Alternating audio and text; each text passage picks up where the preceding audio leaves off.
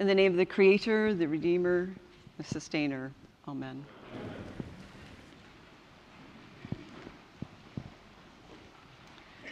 Several weeks ago, Time magazine had an article that was titled, "We Are Losing Something by Speaking Less."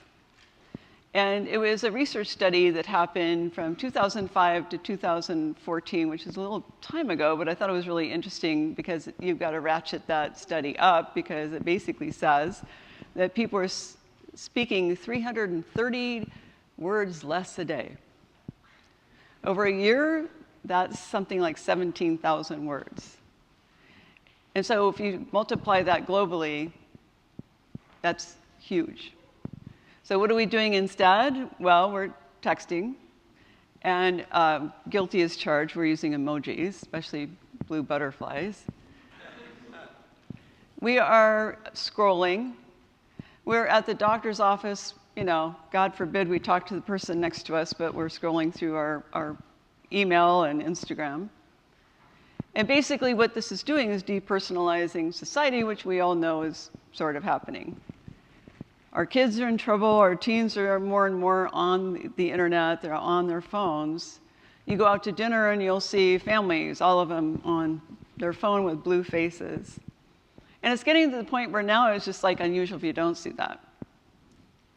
Well, this sort of reminded me our gospel this morning is that it's very few words, but it's packed with 3 stories within one. And so what we can do is basically kind of look at the whole general scene of what Jesus is doing right now. He's going around the country and he's trying to teach his disciples. He even says, "I'm trying to teach you here." And he's trying to teach the people he's ministering to, "I've come basically for sinners." So while we're kind of like keeping that in mind, you've got like a little technical term here. It's called a pericope, and it's Greek for cutting out. And basically what the Gospel of Matthew is doing is cutting out these stories and plopping them in kind of like a couple paragraphs.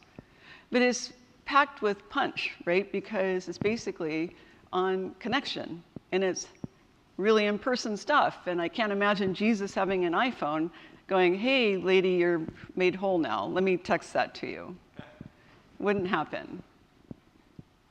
So we have the story of Matthew being called, and a lot of you have watched The Chosen. It's actually a great depiction of Matthew because it really shows him how isolated he is. He is a tax collector. He's kind of a traitor to his people because he's working for the Roman Empire. And they're pretty much despised. People will walk around the street and not talk to them. Again, very impersonal. It would be like texting as you're walking. No way are you going to go near this guy. And I can only imagine Matthew being very lonely and very pretty much to himself.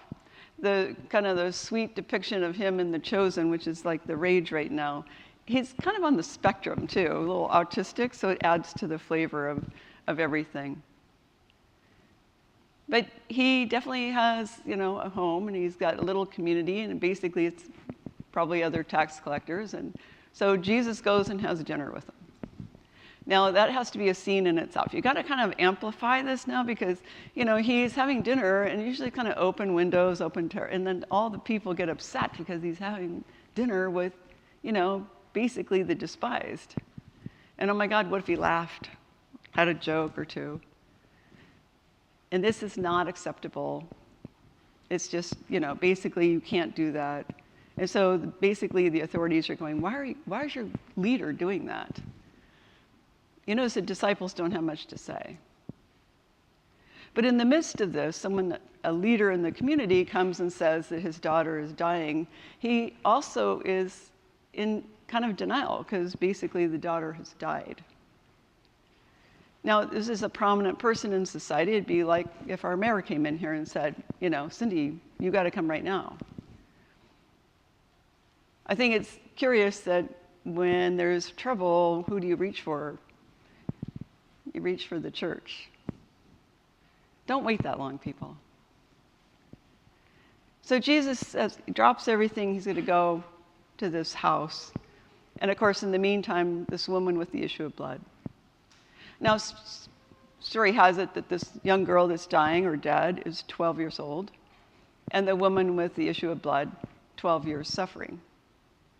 So the whole time, this little young lady is growing up and a toddler and playing and, is having, fun with her parents. This other woman is suffering for 12 years. The contrast is right there.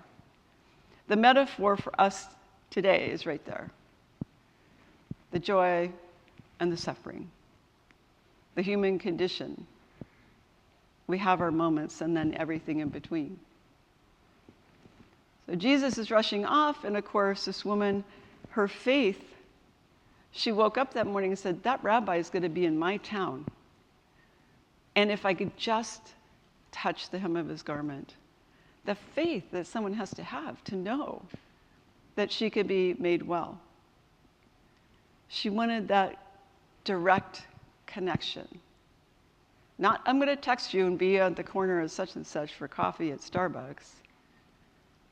But made an effort to go and make that connection. And Jesus immediately knows, in one of the other scriptures, I believe it's Mark, he knows the power has gone out of him.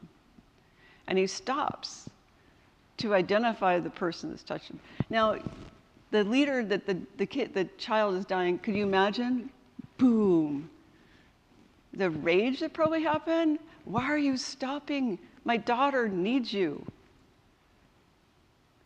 But Jesus has this figured out. It's so much more important for him to have this connection and this direct dialogue. And that we need to kind of model that behavior in all our busyness. When someone comes to us,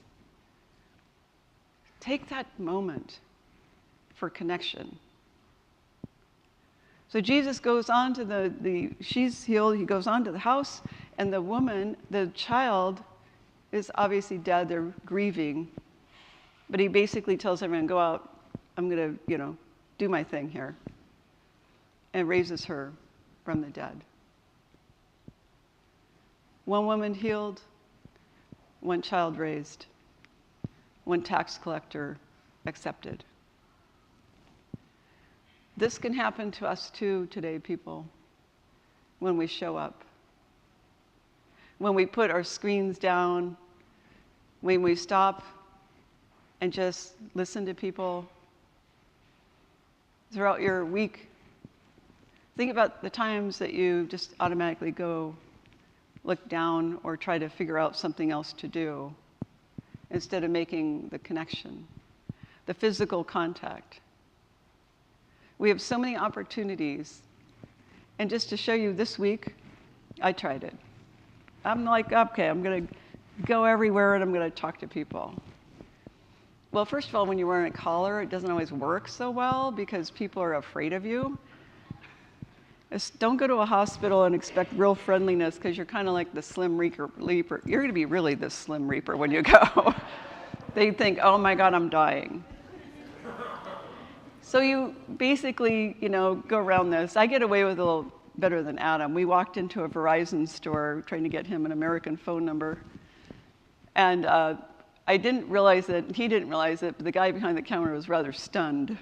Like, 2 priests walk into a Verizon store. So we kind of realized, oh my God, we're both wearing, we just don't remember.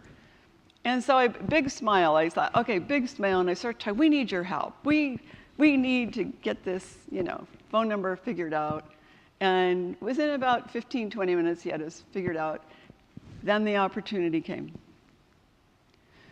What church are you guys with? We're Episcopalian, I could tell. Okay, how about we're Anglican? He went on with his business. I go, so we're English Catholic. He was, well, I'm Catholic. I'm like, great, same family. And he was extremely helpful.